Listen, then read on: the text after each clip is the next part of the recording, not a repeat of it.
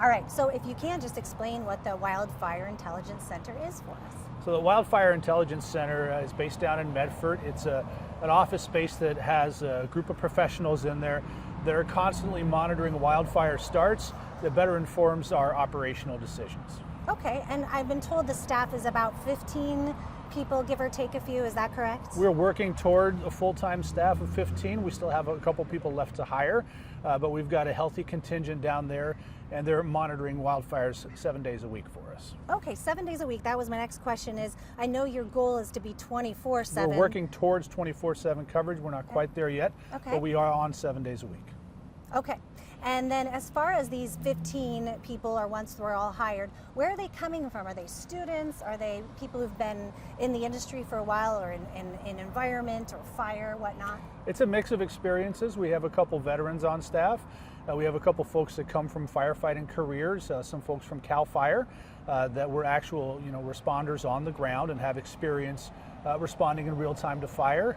And they have those connections from the years of work where they have good relationships with first responders on the ground in both Oregon and California and across our 6-state service territory, where they're able to leverage those relationships and get real-time information about wildfire behavior and activity. Okay, so is this actually monitoring Oregon or also California, Washington, our whole region? All 6 states. So we serve six states under the Pacific Corp brand. So we have on the western side, we have Pacific Power, and on the Rocky Mountain side, we have Rocky Mountain Power. So Rocky Mountain Power serves Idaho, Wyoming, and Utah. And on the Pacific side, we serve Washington, Oregon, and California. Okay, great. So they're monitoring all 6 states, wildfires in all those areas. Out of Medford, they are monitoring Yes. this one center. Yep. Monitoring all of that. And in what I'd seen so far, we had caught, this started in May, so it's a new center. And since then, I was seeing that we've caught over 1,300 fires. That's just the ignition? Yeah, as of last week, they've monitored 1,300 active wildfires, so ignitions, yes, and seen them to their conclusion. Through that work, we've managed to avoid 35 emergency de-energizations. So the work that they're doing has impacts on customers. And that was my next question is, so first it's detecting the fires, alerting all of those that need to know that there's possible fire, it's just even a spark, you're informed through the center. And then afterwards you're continuing to monitor it and helping firefighters and all involved until completion?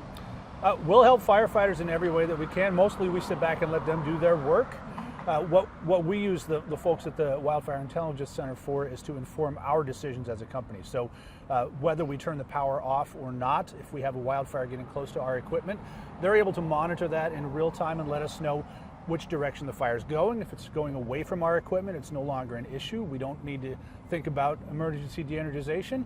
If the fire is moving towards our equipment and it's getting too close, of course, we'll consider turning off the power to protect the safety of first responders, the communities that we serve, and also to prevent our equipment from being part of a larger problem.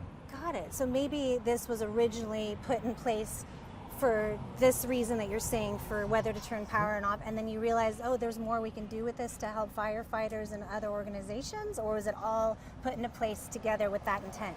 It's really to serve our customers better, to reduce impacts of emergency de-energizations due to wildfire. Of course, we'll communicate and help first responders in every way that we can, but mostly they're handling that on the ground. We're there to support them with whatever we need, with whatever they need. And sometimes there's decisions to be made about whether to turn the power off for them. If there's a specific area where they're concerned about energized lines, and they might ask us to turn the lines off. So we'll have those conversations, and the folks at the Wildfire Intelligence Center will be helping with those conversations and that outreach as well. I see, so it keeps that communication open. Absolutely. I do feel firefighters, we call them heroes. Would we say this center and those 15 staff members, when they're all hired, would they be considered heroes as well? I would consider them hard workers that are doing everything they can to minimize the impacts of wildfires on customers. Then I call them heroes. One other question about that is, why wasn't this in place before, being new in May, or was there another center and this is just a new evolved version? This is an evolution of our wildfire mitigation efforts, and those have been evolving every year as we see continued risk from wildfires and climate change.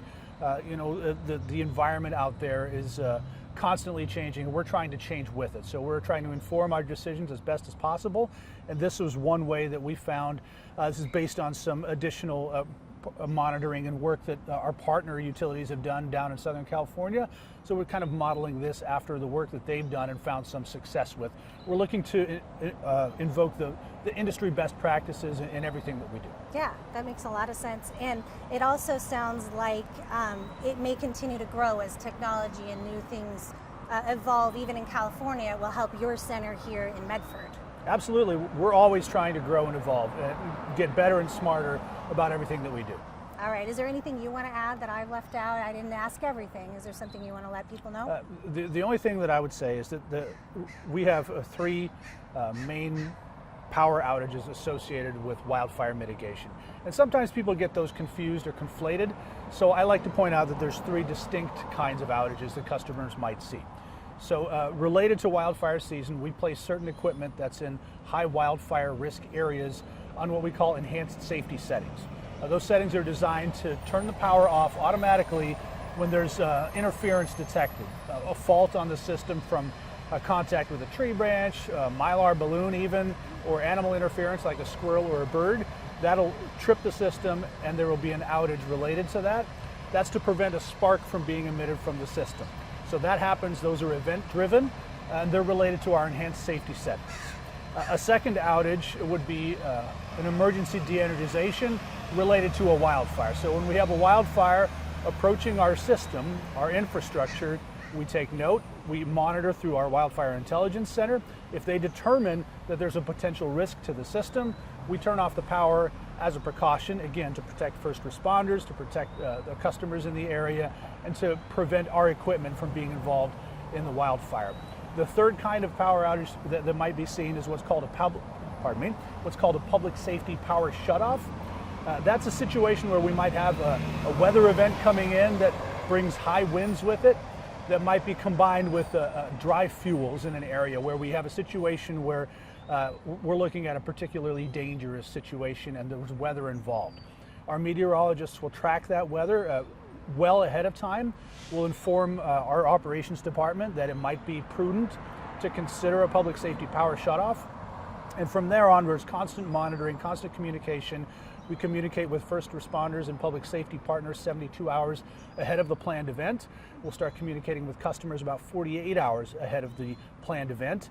And if the conditions change, we won't turn off the power. If we see the threat dissolve and go away, we won't initiate a public safety power shutoff. But we'll be communicating the entire time and letting customers where we are in the process. That's very helpful. And it sounds like those last two, you're going to manually do it. The first one is tripped automatically by whatever, the animal, Correct. the spark, whatnot. Yes.